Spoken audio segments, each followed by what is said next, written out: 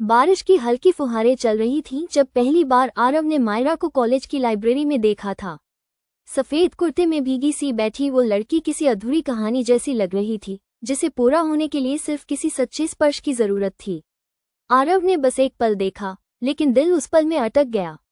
धीरे धीरे मुलाकातें बढ़ी, कभी कॉफी, कभी नोट्स, कभी छत पर बैठकर हवा में उड़ते सपने। मायरा की हंसी में एक मासूमियत थी और आरव की आंखों में एक भरोसा। लेकिन जब मायरा ने अपने डर, अपनी टूटी यादें और अकेलेपन का सच बताया, आरव बस मुस्कुराया। मैं हूं ना, तुम बस चलो, मैं साथ चलूंगा। मायरा की आंखों में उस दिन पहली बार किसी पर विश्वास चमका। दोनों रोज वही मिलते, वही बारिश, वही छत, वही धड़कनों का शोर। धीरे धीरे मायरा ने समझा कि प्यार हमेशा चमकदार नहीं होता, कभी कभी वो चुपचाप हाथों में हाथ रखकर साथ चलने का नाम होता है। और आरव, वो बिना कुछ मांगे उसके हर डर को धीरे धीरे अपने प्यार से मिटाता गया। एक दिन मायरा ने बस इतना कहा, तुम मेरे हो, यही काफी है, और आरव ने महसूस किया कि उसकी जिंदगी पूरी हो गई। मायरा की उस एक लाइन, तुम मेरे हो, यही काफी है, ने आरव के अंदर कुछ बदल दिया था। वो उसके और करीब हो गया, जैसे अब मायरा सिर्फ उसकी जिम्मेदारी नहीं, बल्कि उसका सपना बन चुकी हो। लेकिन असली इम्तिहान तब शुरू हुआ जब मायरा का अतीत अचानक लौट आया। एक पुरानी फोटो उसके फोन पर आई, वही इंसान जिसने कभी उसके भरोसे को तोड़ा था। मायरा की उंगलियां कांपने लगी, आंखें डर से भर गईं, और वह अचानक चुप हो गई। आरव ने पास आकर बस उसका हाथ पकड़ा, बिना कुछ पूछे, बिना कोई सवाल किए। मायरा की सांसें तेज थीं, पर आरव की पकड़ ने उसे फिर से स्थिर कर दिया। बारिश बाहर तेज हो चुकी थी, पर कमरे में सिर्फ एक खामोश सुकून था। आरव ने धीरे से उसके सिर पर हाथ रखा। तुम अकेली नहीं हो, मायरा। अतीत दरवाजा खटखटा सकता है, लेकिन अंदर आने की इजाजत तुम नहीं दोगी, क्योंकि अब मैं हूं। मायरा की आंखों में आंसू आए, लेकिन वो डर के नहीं, राहत के थे। उस पल उसे समझ आया कि सच्चा प्यार वो नहीं जो सिर्फ अच्छे दिनों में साथ दे, सच्चा प्यार वो है जो आपके टूटे हिस्सों को भी उतनी ही मोहब्बत से थाम ले। उस रात के बाद मायरा आरव से और भी चुपचाप जुड़ गई थी, जैसे उसका दिल अब बिना कहे आरव की धड़कनों को सुनना सीख गया हो। अगले दिन कॉलेज की छत पर जब वो दोनों मिले, हवा में ठंडक थी, लेकिन मायरा के हाथ गर्म थे, क्योंकि अब वो आरव का हाथ पकड़ने की हिम्मत रखती थी। आरव ने धीरे से पूछा, आज डर कैसा है? मायरा मुस्कुराई, तुम्हारे साथ होता है ना, इसलिए कम है। वो जवाब आरव के दिल में कहीं गहराई तक उतर गया। दोनों छत के किनारे बैठे, शहर की रोशनियां नीचे टिमटिमा रही थी, मानो दुनिया उनकी कहानी सुनने के लिए ठहर गई हो। मायरा ने अचानक अपना सिर आरव के कंधे पर रख दिया, पहली बार खुद से, बिना किसी झिझक के।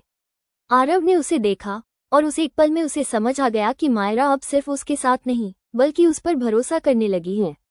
हवा और तेज चली, रात थोड़ी और गहरी हो गई, और मायरा की आवाज फुसफुसाहट बनकर निकली, आरव, क्या प्यार ऐसा ही होता है, धीरे धीरे, हल्का सा, लेकिन दिल में उतरता हुआ?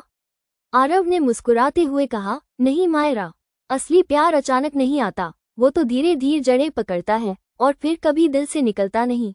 मायरा ने उसकी हथेली को कसकर थाम लिया, जैसे उसने पहली बार अपनी जिंदगी में किसी को सच में अपनाया हो। कुछ दिनों तक सब ठीक चला, लेकिन प्यार की हर कहानी की तरह इनकी कहानी में भी एक मोड़ आना ही था। उस शाम मायरा कॉलेज से जल्दी निकल गई थी। बारिश की बूंदें लगातार गिर रही थीं और आरव उसका इंतजार करता रहा, छत पर, उसी जगह जहां उनके सपने पहली बार उड़ान भरने लगे थे। पर मायरा नहीं आई। आरव ने उसे कॉल किया, पर उसने उठाया नहीं। दिल में एक अजीब सी बेचैनी थी, जैसे हवा भी कुछ कह रही हो। करीब 1 घंटे बाद मायरा का मैसेज आया, आरव, हमें बात करनी है, अभी। आरव तुरंत उसके घर के बाहर पहुंचा। मायरा नीचे आई, पर उसकी आंखें सूजी हुई थीं, और दिल किसी बड़े डर से कांप रहा था। वो फिर से मेरे सामने आया, मायरा की आवाज टूटी हुई थी। उसने कहा कि वो बदल गया है, और वो मुझे वापस चाहता है। आरव कुछ पल चुप रहा, उसकी आंखों में कोई जलन नहीं थी, कोई गुस्सा नहीं, सिर्फ चिंता। और तुम क्या चाहती हो? उसने धीरे से पूछा। मायरा की आंखें भर आईं, मैं बस तुम चाहती हूँ, आरव। पर मुझे डर है कि कहीं मेरा अतीत तुम्हें मुझसे दूर न कर दे। आरव ने उसके दोनों हाथ अपने हाथों में ले लिए। बारिश उनके बीच गिर रही थी, जैसे दुनिया गवाह बनी हो उस वादे की जो अभी बनने वाला था। मायरा, प्यार को अतीत से नहीं डर लगता, प्यार को सिर्फ खोने का डर लगता है। और मैं तुम्हें खोना नहीं चाहता, कभी भी नहीं। उसने मायरा के आंसू पोंछे और उसके माथे पर हल्की सी किस रखी। सुरक्षा, वादा और सुकून का स्पर्श। मैं हर बार तुम्हें तुम्हारे अतीत से वापस खींच लाऊंगा, अगर तुम चाहो। मायरा ने उसी पल महसूस किया, कभी कभी किसी की बाहें दुनिया से बड़ी हो जाती हैं और किसी का प्यार डर से ज्यादा ताकतवर। उस रात के बाद मायरा ने खुद को पहले से ज्यादा कमजोर महसूस किया। वो जानती थी कि आरव उसकी ताकत है, लेकिन एक हिस्सा अब भी डरता था कि कहीं उसके डर और पिछले जख्म आरव को थका न दे। अगले दिन कॉलेज में मायरा क्लास में थी, पर दिमाग कहीं और। आरव समझ सकता था कि मायरा का दिल भारी है, उसकी आंखों की नमी से, उसके चलने की धीमी रफ्तार से, उसके मैं ठीक हूँ कहने के अंदाज से। लंच ब्रेक में उसने मायरा को छत पर बुलाया, जहां हवा हमेशा उन्हें सुकून देती थी। मायरा, आरव ने धीरे से कहा, तुम मुझसे जितना दूर जाती हो, मैं उतना ही तुम्हारे करीब महसूस करता हूँ। लेकिन दर्द अकेले मत सहा करो। मायरा की आंखें भर आए। मैं तुम्हें बोझ नहीं बनना चाहती, आरव। मैं नहीं चाहती कि मेरी वजह से तुम्हें कुछ सहना पड़े। तुम डिजर्व करते हो एक खुश, बेफिक्र लड़की, न कि मेरे जैसे टूटी हुई किसी को। आरव ने तुरंत उसकी बात काट दी। तुम टूटी हुई नहीं हो, मायरा। तुम बस थकी हुई हो और किसी को चाहिए था जो तुम्हें संभाल सके। और मैं वो हूँ, समझी? मायरा उस वाक्य के बाद खुद को रोक न सकी। वो आरव के सीने से लगकर रो पड़ी। उसके आंसू जैसे वो सारे डर बहा रहे थे जो उसने सालों से अंदर दबा रखे थे। आरव ने उसे कसकर थाम लिया, जैसे कह रहा हो, अब तुम अकेली नहीं। लेकिन ठीक उसी पल नीचे पार्किंग में उसका अतीत फिर से खड़ा था। मायरा ने उसे देखा और उसका दिल एक बार फिर कांप गया। आरव ने उसकी पकड़ मजबूत कर दी। अब पीछे मत देखना, उसने फुसफुसाया। मैं हूँ और मैं कहीं नहीं जाने वाला। मायरा ने धीरे से सिर हिलाया। उसने पहली बार अपनापन महसूस किया, जैसे उसका दिल अब सुरक्षित जगह पर है। और इसी तरह उस दिन छत पर, बारिश और हवा के बीच, प्यार पहली बार डर से जीत गया था। उस शाम मायरा कमरे में अकेली बैठी थी। खिड़की से आती हल्की हवा उसके बालों से खेल रही थी, लेकिन उसके भीतर तूफान थमने का नाम नहीं ले रहा था। उसका दिमाग बार बार उसी सवाल पर अटक जाता, क्या मैं आरव के प्यार के लायक हूँ? वो खुद से लड़ रही थी, अपने अतीत से, अपने डर से, और उस पल से भी जब उसने पहली बार किसी पर भरोसा किया था। उधर आरव बेचैन होकर उसके घर की ओर चल पड़ा। उसे बस मायरा चाहिए थी, उसकी खामोशियां, उसकी अधूरी बातें, उसकी कपकपाती उंगलियां, सब कुछ। दरवाजा खोला तो मायरा वहीं बैठी मिली, सूनी आंखों के साथ, जैसे किसी ने उसकी सारी खुशियां छीन ली हों। आरव उसके पास बैठ गया, कुछ बोले बिना, सिर्फ उसकी ओर देखते हुए। कुछ पल की चुप्पी के बाद मायरा की आवाज टूटी, मैं तुम्हें नहीं खोना चाहती, आरव। लेकिन मुझे डर लगता है कि कहीं मेरा अतीत, मेरी कमजोरियां, मेरे जख्म तुम्हें थका न दे। आरव ने उसकी ठंडी उंगलियां अपने हाथों में ली। मायरा, प्यार किसी पर बोझ नहीं बनता। तुम मेरे लिए किसी दर्द का कारण नहीं हो, तुम वो वजह हो जिसकी वजह से मेरी जिंदगी खूबसूरत है। तुम समझती क्यों नहीं? मायरा की पलकों पर आंसू चमकने लगे, पर मैं इतनी टूटी हुई क्यों हूँ? आरव हल्के से मुस्कुराया, क्योंकि जिसने बहुत सहा है वही ज्यादा गहराई से प्यार कर पाता है। और मैं तुम्हारे टूटे हिस्सों से नहीं डरता, मैं डरता हूँ तुम्हारे खो जाने से। मायरा ने पहली बार उसकी ओर उस नजर से देखा जिसमें भरोसा, घबराहट और मोहब्बत तीनों थे। वो धीरे से बोली, क्या तुम सच में मेरे साथ रहोगे? चाहे जो हो। आरव ने उसकी हथेली अपने दिल पर रखी, जब तक ये धड़कता है, मायरा, मैं तुम्हारे साथ हूँ।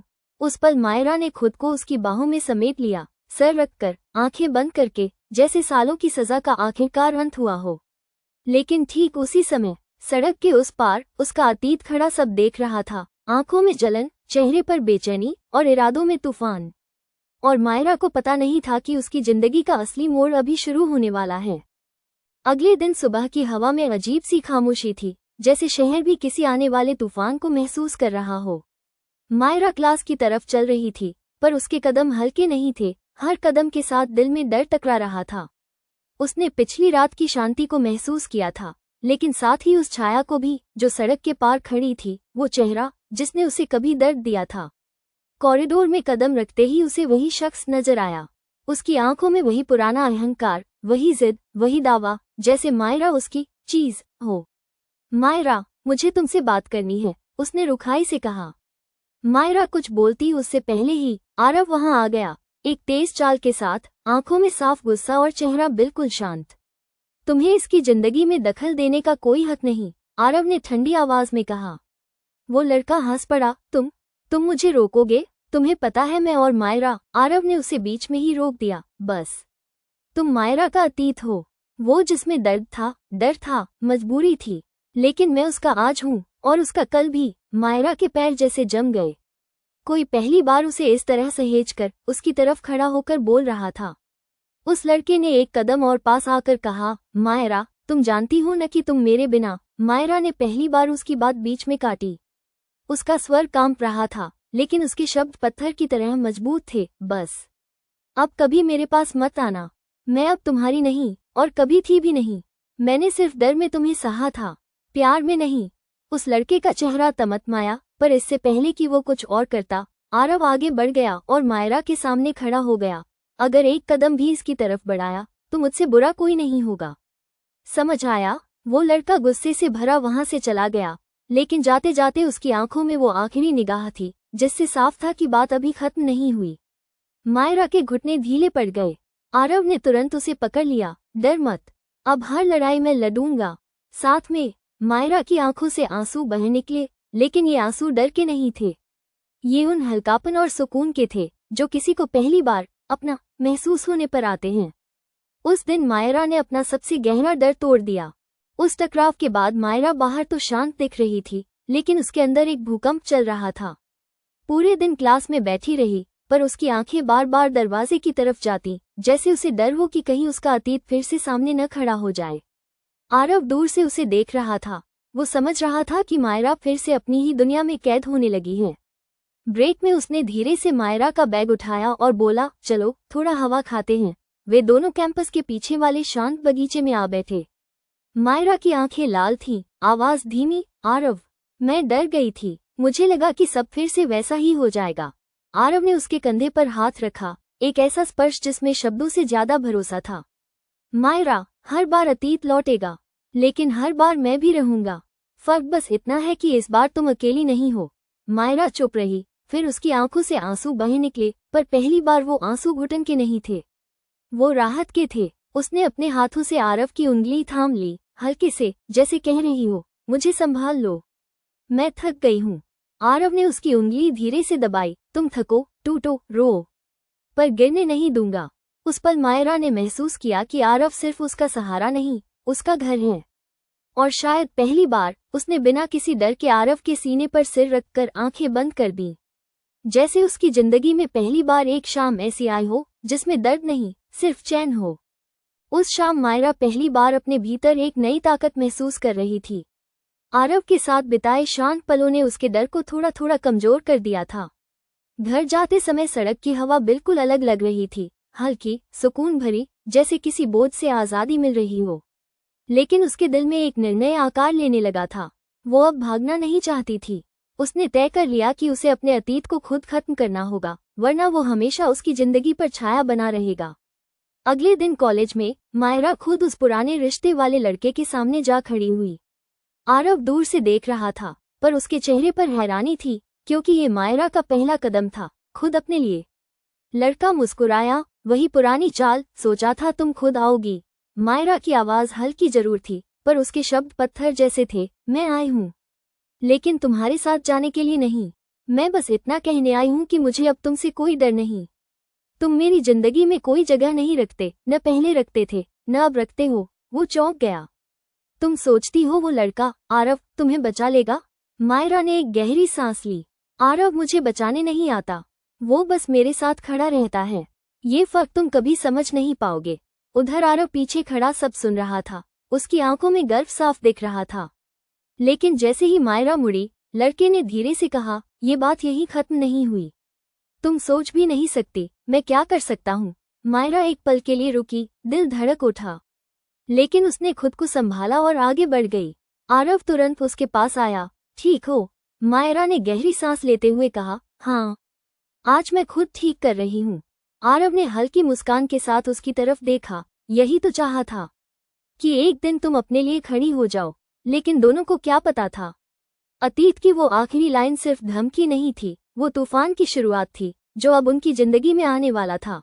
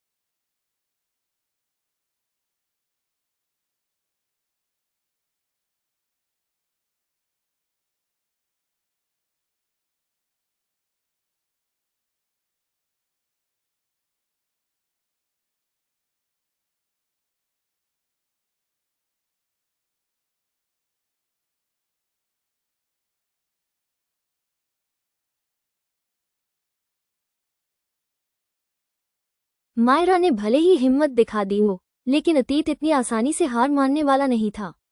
उसी शाम जब मायरा लाइब्रेरी से निकल रही थी, उसे बार बार एहसास हो रहा था कि कोई उसे देख रहा है। हवा भारी थी, दिल तेज धड़क रहा था और सड़कें अचानक अजनबी लगने लगीं। उसने कदम तेज किए, लेकिन पीछे किसी के पैरों की आहट साफ सुनाई दे रही थी। डर के साथ उसने मुड़कर देखा और वही था उसका अतीत, उसकी जिंदगी की सबसे बड़ी परछाई। तुम्हें लगा था कि मुझसे बच जाओगी? वो धीमी लेकिन खतरनाक आवाज में बोला। मायरा पीछे हटने लगी, उसके हाथ कांप रहे थे। तुम्हें समझ नहीं आता? मैंने कहा था सब खत्म हो चुका है। उसके शब्द कांपते हुए निकले, पर हिम्मत उनमें अब भी थी। वो आगे बढ़ा। खत्म? मायरा, ये मेरे लिए अभी शुरू हुआ है। तुम मेरी थी और रहोगी। उसकी आवाज में एक ऐसा हक था जिसने मायरा के शरीर से मानो जान निकाल दी। उसी वक्त आरव की बाइक की आवाज दूर से सुनाई दी। वो तेजी से आया, बीच में बाइक रोककर सीधे मायरा की तरफ भागा। मायरा! उसने मायरा को अपने पीछे कर लिया। उस लम्हे में उसका चेहरा गुस्से, डर और प्यार तीनों का मिला हुआ तूफान था। तुमने धमकी दी थी, आरव ने तमतमाए आवाज में कहा। अब मैं बता रहा हूँ, अगर इसे दोबारा परेशान किया तो मैं पुलिस तक भी जाऊंगा। समझ आया? वो लड़का हंसा, एक तीखी, खतरनाक हंसी।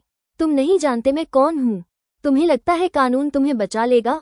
तुम दोनों को तो मैं, लेकिन इससे पहले कि वो अपनी बात पूरी कर पाता, मायरा अचानक चिल्ला उठी। बस, तुमने मुझे सालों तक डराया। अब नहीं, अब मैं अकेली नहीं हूँ। अब मैं किसी की हूँ जो मुझे समझता है, संभालता है और तुमसे बहुत ज्यादा मजबूत है। उसका ये कहना आरव के दिल में बिजली की तरह उतरा। वो लड़का कुछ पल मायरा को घूरता रहा, फिर बोला, तुम दोनों को इसकी कीमत चुकानी पड़ेगी। और वो वापस मुड़ गया।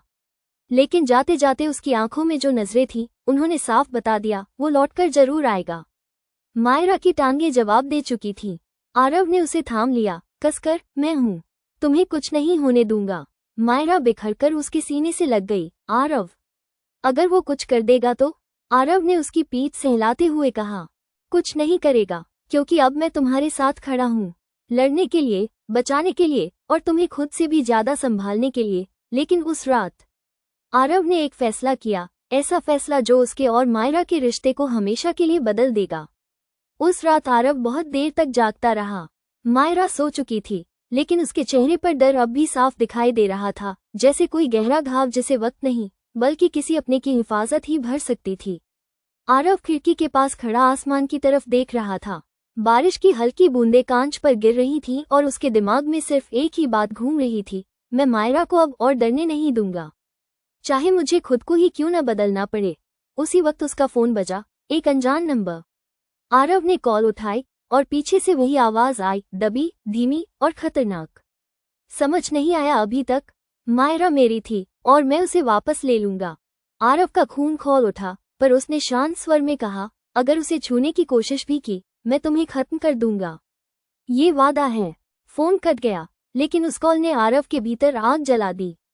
उसे समझ में आ गया था कि अब हालात सिर्फ डराने तक नहीं रहेंगे, अब वो लड़का कुछ करने की सोच चुका है। सुबह होते ही आरव मायरा के घर पहुंचा। मायरा ने दरवाजा खोला तो उसके चेहरे पर नींद और बेचैनी दोनों थे। तुम इतनी सुबह? आरव ने उसका चेहरा अपने हाथों में लिया। मायरा, हम अब ऐसे नहीं जी सकते। छुप कर, डर कर, मैंने फैसला कर लिया है। कैसा फैसला? मायरा घबरा गई। मैं पुलिस में शिकायत दर्ज करवाऊंगा उसके खिलाफ। मायरा हिल गई। नहीं आरव, वो बदला लेगा, वो कुछ भी कर सकता है। आरव की आवाज सख्त थी। और मैं कुछ नहीं करूं? तुम्हें ऐसे डरते हुए देखता रहूं? मायरा की आंखें भर आईं। तुम खतरे में पड़ जाओगे। आरव ने उसका हाथ पकड़ लिया। अगर तुम्हारे लिए खतरा लेना पड़े तो मैं लूंगा। मुझे तुम्हें बचाना है मायरा, किसी भी कीमत पर। मायरा उसी पल उसके सीने से लग गई, थोड़ी टूटी हुई, थोड़ी डरी हुई, पर पहली बार किसी पर पूरा भरोसा करते हुए। लेकिन ठीक उसी समय सड़क के उस पार गाड़ी की खिड़की से कोई उन्हें देख रहा था। वही लड़का, आंखों में गुस्सा, चेहरे पर एक खतरनाक मुस्कान के साथ। उसने फोन निकाला और किसी को कॉल किया। समय आ गया है, आज रात सब खत्म कर देंगे। और इस तरह खतरे की पहली दस्तक उनके दरवाजे तक पहुंच चुकी थी, पर उन्हें अभी इसका अंदाजा भी नहीं था। अयान की आंखों में रात भर नींद नहीं आई। दिमाग में बस एक ही बात घूमती रही, कल आर्या को सब सच बता दूं। जो भी है दिल में, साफ साफ। सुबह कॉलेज पहुंचा तो आर्या हमेशा की तरह लाइब्रेरी के बाहर खड़ी थी, लेकिन आज उसकी मुस्कान में पहले जैसी चमक नहीं थी। अयान धीरे धीरे उसके पास गया। आर्या, सब ठीक है? आर्या ने हल्की सी हंसी दी। हाँ, बस थोड़ा थकी हुई हूँ। लेकिन अयान उसके चेहरे की हल्की सी उदासी पड़ चुका था। वो बेंच पर बैठ गए। हवा में एक अजीब सी खामोशी फैल रही थी। दोनों कुछ कहना चाहते थे, पर शब्द जैसे गले में अटक गए हों। कुछ देर बाद अयान ने हिम्मत जुटाई। आर्या, मैं तुमसे कुछ कहना चाहता हूँ। आर्या ने पलकों को झुकाकर कहा। हाँ, कहो। अयान का दिल तेज धड़कने लगा, हाथ हल्के हल्के कांपने लगे। वो धीमी आवाज में बोला, तुम मेरे लिए सिर्फ एक दोस्त नहीं हो। आर्या की सांस रुक सी गई। उसने सिर उठाकर अयान को देखा। आंखों में हल्का डर और हल्की उम्मीद दोनों थे। अयान आगे बोला, तुम्हारे बिना दिन अधूरा लगता है और तुम्हें देखे बिना सुबह पूरी नहीं होती। आर्या, मैं सच में। आर्या ने तुरंत उसकी बात काट दी। आवाज कांप रही थी। अयान, प्लीज, अभी नहीं। अयान ठहर गया, दिल जैसे किसी ने जकड़ लिया हो। आर्या ने नजरें चुरा लीं और फुसफुसाई, मेरे दिल में भी कुछ है, पर मैं अभी उसे समझ नहीं पा रही। थोड़ा वक्त दो, प्लीज। अयान ने उसे गौर से देखा। उसकी आंखों में सच्चाई थी, डर था और कहीं गहराई में छुपा हुआ प्यार भी। अयान ने मुस्कुराकर कहा, ठीक है, जितना वक्त चाहिए ले लो, मैं कहीं नहीं जा रहा। आर्या पहली बार हल्का मुस्कुराई। दोनों के दिलों ने महसूस किया, कुछ तो है जो वक्त मांग रहा है। लेकिन उन्हें नहीं पता था कि वक्त के साथ साथ इम्तिहान भी आने वाले हैं। अयान से थोड़ा वक्त चाहिए कहने के बाद आर्या पूरी शाम उलझी सी रही। उसके दिल में कहीं गहराई में अयान के लिए एक अलग ही जगह थी, लेकिन उसी दिल के कोने में एक पुराना डर भी बैठा था, वो डर जो किसी को पास आने नहीं देता था। अगले दिन जब वो कॉलेज पहुंची तो अयान दूर से ही उसे देखकर मुस्कुराया, पर आज आर्या का मन अचानक भारी हो गया। वो मुस्कुराना चाहती थी, लेकिन चेहरे पर उस मुस्कान का बोझ उठ ही नहीं पाया। लाइब्रेरी में बैठकर वो किताबें खोलकर भी पढ़ नहीं पा रही थी। दिमाग में बस एक ही सवाल घूम रहा था, क्या मैं फिर से किसी को खोने का दर्द झेल पाऊंगी? तभी उसके फोन पर अयान का मैसेज आया, अगर मन भारी है तो बता देना, मैं साथ हूँ। बस इतना पढ़ते ही उसकी आंखें नम हो गईं। वो समझ गई कि ये लड़का उसे सच में महसूस करता है। पर शायद इसी वजह से वो डरी हुई थी, क्योंकि जितना कोई दिल के करीब होता है, उसे खोने का डर भी उतना ही बड़ा होता है। उसने धीरे से स्क्रीन लॉक की, गहरी सांस ली और सोचा, क्या मैं प्यार को एक मौका दूं या फिर अपने डर को जीतने दूं? उस पल उसे खुद को भी नहीं पता था कि उसके फैसले से दोनों की जिंदगी किस दिशा में मुड़ने वाली है। उस रात आर्या अपने कमरे में देर तक जागी रही। खिड़की से आती हल्की हवा उसके बालों को छू रही थी, पर उसके अंदर बेचैनी किसी आंधी से कम नहीं थी। उसने बार बार अयान का मैसेज पढ़ा, अगर मन भारी है तो बता देना, मैं साथ हूँ। हर बार पढ़ने पर दिल अजीब सा धड़कता, जैसे कोई उसकी बंद पड़ी दुनिया के दरवाजे पर धीरे धीरे दस्तक दे रहा हो। पर उसके पिछले डर उसे वहीं रोक देते। क्या होगा अगर सब फिर से टूट गया? क्या होगा अगर मैं किसी पर भरोसा करूं और वो किसी दिन चला जाए? उसी उलझन में उसने फोन उठाया और अयान की प्रोफाइल फोटो देखती रह गई। उसकी मुस्कुराहट में एक सुकून था, एक भरोसा जो आर्या को अपने डर से लड़ने की हिम्मत देता था। कुछ पलों बाद बिना सोचे समझे उसने एक छोटा सा मैसेज भेज दिया, कल मिलोगे? मैसेज भेजते ही जैसे उसके दिल से कोई भारी बोझ उतर गया, लेकिन साथ ही उसकी धड़कनें तेज हो गईं। दूसरी तरफ अयान तुरंत ऑनलाइन आया और रिप्लाई किया, हमेशा। उस एक शब्द में जितनी गर्माहट थी, उतनी उम्मीद आर्या ने शायद बहुत समय बाद महसूस की थी। उसे लगा जैसे प्यार अभी भी उसके दरवाजे पर खड़ा है, बस उसे खोलने का साहस चाहिए।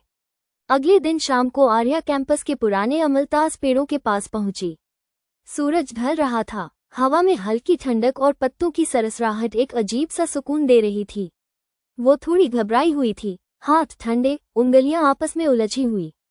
तभी उसके पीछे से धीमी आवाज आई, आर्या। उसने पलटकर देखा, अयान वहां खड़ा था, लेकिन आज उसकी आंखों में चंचलता नहीं, एक गहरी गंभीरता थी। दोनों कुछ पल बिना बोले एक दूसरे को देखते रहे, जैसे दोनों को शब्दों से ज्यादा खामोशी समझ आ रही हो। आर्या ने हिम्मत करके कहा, अयान, मैं डरी हुई हूँ, तुम्हें खोने से नहीं, किसी को भी पास आने देने से डर लगता है। मुझे लगता है कि अगर मैं दिल खोल दूंगी तो शायद सब फिर से टूट जाएगा। उसके शब्द कांप रहे थे, जैसे हर वाक्य एक बोझ हो जो वो सालों से उठाए घूम रही हो। अयान उसके बिल्कुल पास आकर धीमी आवाज में बोला, आर्या, मैं तुम्हारे डर से लड़ने नहीं आया। मैं बस तुम्हारे साथ खड़ा रहना चाहता हूँ। जब तुम तैयार होगी तब एक कदम आगे बढ़ाना, नहीं तो मैं यहीं रुक जाऊंगा। तुम्हारे पीछे नहीं जाऊंगा, पर तुम्हें अकेला भी नहीं छोड़ूंगा। आर्या की आंखें नम हो गईं। उसने पहली बार किसी के सामने खुद को इतना नंगा, इतना सच्चा महसूस किया, और अयान ने उसे जज भी नहीं किया। दोनों एक बेंच पर बैठ गए। हवा और भी ठंडी हो गई थी, पर आर्या के दिल में पहली बार किसी ने गर्माहट भरी थी। वो अयान की तरफ धीरे से झुकी, इतना नहीं कि वो उसके कंधे पर सिर रख दे, पर इतना कि दोनों के बीच की दूरी पहली बार कम हुई। उस पल आर्या ने महसूस किया, शायद प्यार डर से नहीं हारता, शायद प्यार डर को धीरे धीरे पिघला देता है। उस शाम की सच्ची बातचीत के बाद आर्या पहली बार हल्का महसूस कर रही थी। दिल में अभी भी हल्का सा डर था, पर उसके ऊपर अयान का भरोसा एक गर्म कंबल जैसा था जो उसे धीरे धीरे सुरक्षित कर रहा था। अगले दिन वो लाइब्रेरी की ओर जा रही थी, मन में एक नई शुरुआत का एहसास लिए। पर तभी उसे लगा जैसे समय अचानक रुक गया हो। सीढ़ियों के पास कोई खड़ा था, और वो चेहरा आर्या के शरीर में जैसे सिंहरण बनकर दौड़ गया। राज, वही लड़का जिससे कभी उसने टूटकर प्यार किया था, वही लड़का जिसने उसे सबसे गहरा दर्द दिया था। उसकी आंखों में हल्की मुस्कान थी, पर आर्या को उसमें सिर्फ अपना पुराना जहर दिख रहा था। उसके कदम वहीं जम गए, सांसें भारी हो गईं। राज धीरे धीरे उसकी ओर बढ़ा। हाय आर्या, बहुत समय हो गया। शब्द नर्म थे, पर आर्या के दिल पर हथौड़े जैसे लगे। अयान ठीक उसी समय वहां पहुंच रहा था। उसने दूर से आर्या के चेहरे पर डर की परछाई देख ली। उसके भीतर बेचैनी जंग की तरह भड़क उठी, लेकिन उसने खुद को रोक लिया। वो समझना चाहता था कि ये अचानक आया तूफान कौन है। राज ने फिर कहा, हम बात कर सकते हैं, बस एक बार। आर्या का दिल तेज धड़क रहा था। अयान अब उनके करीब था, उसके कदम शांत थे लेकिन आंखें तेज। आर्या पल भर के लिए अयान को देखी। उसकी आंखों में सवाल नहीं, सिर्फ चिंता थी। वो समझ गई कि अब उसे भागना नहीं है, लेकिन ये भी कि अतीत जितनी आसानी से पीछे नहीं छोड़ता, उतनी ही आसानी से वापस आ भी जाता है। उस पल हवा भारी हो गई, जैसे तीनों के बीच कुछ ऐसा होने वाला था जो इस कहानी की दिशा बदल देगा, हमेशा के लिए। अयान अब बिल्कुल उनके पास पहुंच चुका था। उसके कदम धीमे थे, लेकिन उसके भीतर ऐसी आग जल रही थी जिसे वो सिर्फ अपनी शांत आंखों में छुपाए हुए था। राज ने अयान को देखते ही हल्की मुस्कान फेंकी, एक ऐसी मुस्कान जिसमें अहंकार था, दावा था, और मानो ये कह रही हो, मैं पहले था। आर्या दोनों के बीच खड़ी थी, दिल जैसे बंद मुट्ठी बनकर धड़क रहा था। उसने अयान को देखा, वो एक शब्द भी नहीं बोला, लेकिन उसकी निगाहें साफ कह रही थी, डरो मत, मैं यहाँ हूँ। राज ने आगे बढ़कर हाथ बढ़ाया, हाय, मैं राज। आर्या का उसकी बात पूरी होने से पहले ही अयान ने बिना हाथ मिलाए शांत आवाज में कहा, मैं अयान हूँ, और अभी आर्या की कोई भी अनकही बात, कोई भी मजबूरी मैं समझ सकता हूँ। इसलिए अगर आप कुछ कहना चाहते हैं तो साफ साफ कहिए। राज उस जवाब से थोड़ा चौंक गया। उसे उम्मीद नहीं थी कि किसी की आवाज इतनी शांत होकर भी इतनी मजबूत हो सकती है। वो बोला, मैं बस बात करना चाहता हूँ। कुछ चीजें गलतफहमी थी, मैं उन्हें ठीक करना चाहता हूँ। आर्या को लगा जैसे उसके पैरों के नीचे जमीन खिसक गई हो। उसका अतीत बात ठीक करना चाहता था, जब उसने ही सब तोड़ा था। उसके होंठ कांपे। राज, तुमने जो किया था वो गलतफहमी नहीं थी, वो फैसला था, और मैंने उसे स्वीकार कर लिया है। अयान ने हल्के से अपना हाथ उसके कंधे के पास बढ़ाया, उसे छुए बिना, लेकिन इतना कि आर्या को उसका साथ महसूस हो। राज ने पहली बार उस स्पर्शहीन सुरक्षा को नोटिस किया। उसकी मुस्कान हल्की फीकी पड़ गई। तो अब तुम्हारी जिंदगी में कोई और है? आर्या कुछ कह पाती उससे पहले अयान ने एकदम नरमी से कहा, उसकी जिंदगी में जो भी है उसकी इज्जत करो। अतीत वापस आ सकता है, पर उसका हक नहीं। ये वाक्य हवा में चाकू की तरह तेज उतर गया। राज ने धीरे से नजरें झुका लीं। पहली बार लगा कि शायद वो जीत नहीं सकता। आर्या ने गहरी सांस ली, मानो सालों बाद उसने किसी जहर भरी हवा को अपने दिल से बाहर निकाला हो। उसने धीरे से कहा, राज, तुम्हारा आना अब मेरे लिए कोई मायने नहीं रखता। और उस पल पहली बार राज के चेहरे पर हार साफ दिखाई दी। लेकिन कहानी यही खत्म नहीं हुई, क्योंकि राज के जाने के बाद अयान ने जो कहा उसने आर्या का दिल पूरी तरह हिला दिया। राज के जाते ही हवा में एक गहरा सन्नाटा फैल गया। आर्या ने महसूस किया कि उसके हाथ ठंडे पड़ चुके थे, पैर कांप रहे थे, और सांसें अभी भी तेज थीं, एज इफ उसका अतीत उसकी रगों में आखिरी बार जहर दौड़ा गया हो। अयान ने उसे कुछ पल देखने के बाद धीरे से कहा, आर्या, मेरे साथ बैठो। वे दोनों कैंपस की उसी पुरानी बेंच पर आकर बैठ गए जहां उनकी पहली सच्ची बात हुई थी। आर्या ने नीचे जमीन देखने की कोशिश की, पर अयान ने नरमी से उसकी ठुड्डी उठाई, उसकी आंखों में सीधा देखते हुए। उसका आवाज उतना ही शांत था जितना किसी तूफान के बाद की पहली बारिश। आर्या, तुमने आज अपने आप पर जीत पाई है। तुमने भागकर नहीं, खड़े होकर अपने अतीत को जवाब दिया है। और मैं तुमसे कुछ कहना चाहता हूँ। अगर कभी भी तुम्हें लगे कि मैं भी तुम्हें चोट पहुंचा सकता हूँ या तुम्हें छोड़ सकता हूँ, तो याद रखना, प्यार वो नहीं जो डर बढ़ाए। प्यार वो है जो डर को थाम ले। आर्या की आंखों से आंसू बहने लगे। ये डर का रोना नहीं था, ये वो आंसू थे जो दिल पर चढ़ी सालों की परतें पिघलने पर निकलते हैं। अयान ने उसके आंसू पोंछे नहीं, सिर्फ उसके हाथ अपने हाथों में ले लिए। मैं तुम्हें बदलने नहीं आया, मैं बस तुम्हारे साथ चलना चाहता हूँ। चाहे तुम्हारे कदम धीमे हों, चाहे रुक जाएं, पर मैं पीछे नहीं हटूंगा। आर्या ने पहली बार महसूस किया कि कोई उसे समझने की कोशिश नहीं कर रहा, बल्कि उसे उसके टूटे हिस्सों सहित स्वीकार कर रहा है। उसने लगभग फुसफुसाते हुए कहा, मुझे तुम्हारे साथ सुरक्षित महसूस होता है। और यही वो वाक्य था जिसने अयान को मुस्कुराने पर मजबूर कर दिया, एक गहरी, सुकून भरी मुस्कान। उस पल आर्या के अंदर का आखिरी डर टूट गया। अगले कुछ दिनों में आर्या और अयान के बीच एक अजीब सी शांति उतर आई थी, जैसे तूफान गुजर चुका हो और अब हवा में सिर्फ राहत की महक बची हो। वे हर दिन थोड़ी देर मिलते, बातें करते, और धीरे धीरे आर्या की आंखों में वो चमक लौटने लगी जो कभी राज के जाने के बाद खो गई थी। एक शाम कैंपस की छत पर दोनों साथ बैठे थे। सूर्यास्त आसमान को सुनहरे रंगों में रंग रहा था। आर्या ने पहली बार बिना किसी डर के अपना सिर अयान के कंधे पर रख दिया। उस पल अयान को लगा जैसे उसने दुनिया की सबसे बड़ी जीत हासिल की हो। लेकिन इसी बीच उसका फोन बजा। स्क्रीन पर एक अनजान नंबर चमक रहा था। उसने कॉल उठाया, पर जैसे ही सामने से आवाज आई, अयान का चेहरा हल्का सा बदल गया। तुम्हारी गर्लफ्रेंड के बारे में थोड़ी सच बात जाननी है। कॉल कट गया। अयान के चेहरे पर कुछ था, चिंता, बेचैनी या शक। खुद वो भी समझ नहीं पाया। आर्या ने उसकी आंखों में झांककर पूछा, सब ठीक है? वो झूठ नहीं बोल सका, पर पूरा सच भी नहीं कह पाया। उसने बस इतना कहा, कोई अजीब कॉल था, मैं देखता हूँ। आर्या ने उसके हाथ पर हाथ रखकर कहा, अगर कभी कुछ भी परेशान करे, मुझे मत छुपाना। अयान ने सिर हिलाया, पर उसके मन में एक हल्की खटास उभर गई थी। कहीं न कहीं वो समझ चुका था, जो राज सामने से हार गया था, शायद वो पीछे से अभी भी चाले चल रहा है। और यह कॉल शायद तूफान की सिर्फ पहली बूंद थी। अगले दिन से ही अयान के मन में उस कॉल की आवाज बार बार गूंज रही थी, तुम्हारी गर्लफ्रेंड के बारे में थोड़ी सच बात जाननी है। वह जानता था कि ये कोई साधारण मजाक नहीं था, लेकिन वो ये भी नहीं चाहता था कि आर्या परेशान हो।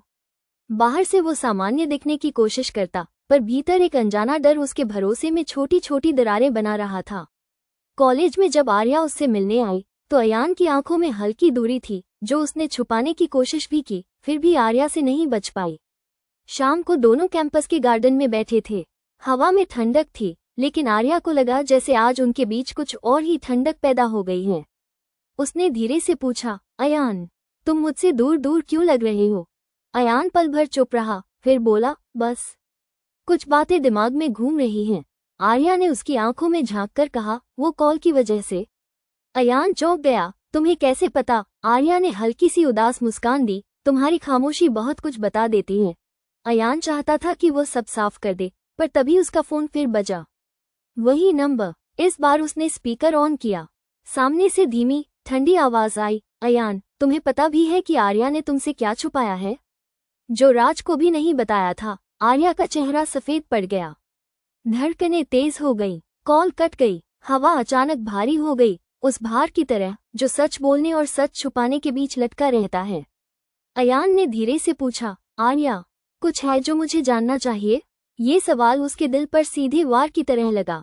वो बोलना चाहती थी, पर शब्द बाहर नहीं आए।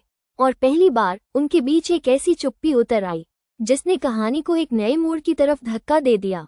अयान के सवाल ने जैसे आर्या की सांसें रोक दी। उसकी आंखें हल्की हल्की कांप रही थीं, जैसे अंदर कोई पुराना जख्म फिर से ताज़ा हो गया हो। हवा में एक गहरी चुप्पी थी, वही चुप्पी जो सच बाहर आने से ठीक पहले दिल को कसकर पकड़ लेती है। आर्या ने होंठ खोले, पर आवाज जैसे बाहर आने से डर रही थी। कुछ सेकंड बाद उसने धीरे से कहा, अयान, एक बात है जो मैंने किसी को नहीं बताई, राज को भी नहीं।